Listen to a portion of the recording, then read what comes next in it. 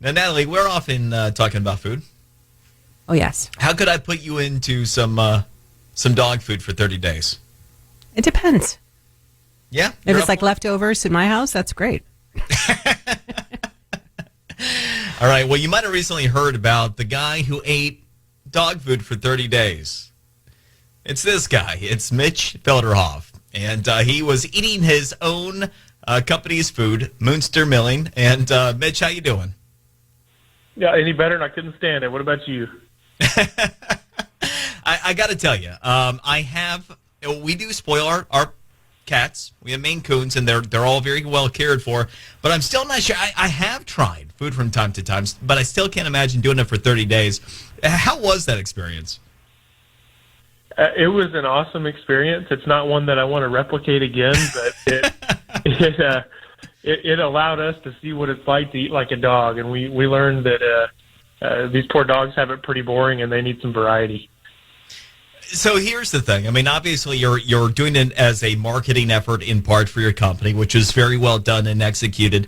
At the same time, I imagine it's also the awareness of, hey, there are options out there that really are human grade for pets. Talk a little bit about how the evolution of pet food has arrived at the level where you can eat this. Yeah, you have dogs have become a bigger and bigger part of our lives, and people are willing to do anything for their animal now. And when you have a family member that you care that much about, you want to make sure that you're taking good care of them. And so when you start looking at some of the commercial foods that have been out there for decades, and they've got, boot leather and cookie crumbs and stuff like that as ingredients, you realize that may not be the best for your dog. And so the consumers have become much more knowledgeable. They've started researching what goes in a food, where it comes from, how it's made. And it's important to them to know that what they're giving their dog is the best that they can do. And, there's price ranges all over the place, so you have to do what's right for your dog. But at the end of the day, a more knowledgeable customer base creates a better product and a better demand for it.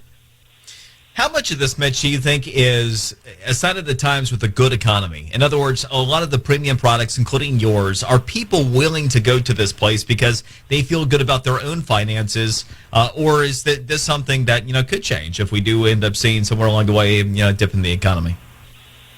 The pet food industry actually grew during the last recession, and the theory is kind of that Ben and Jerry's theory behind it, that maybe you can't go on vacation anymore, but you can do something nice for your dog, and having your dog get excited and be so thrilled it's a treat or the toy that you buy them brings you a little bit of joy that, you can't go on the vacation, but you can have a really happy 20 minutes at home with your dog for $5.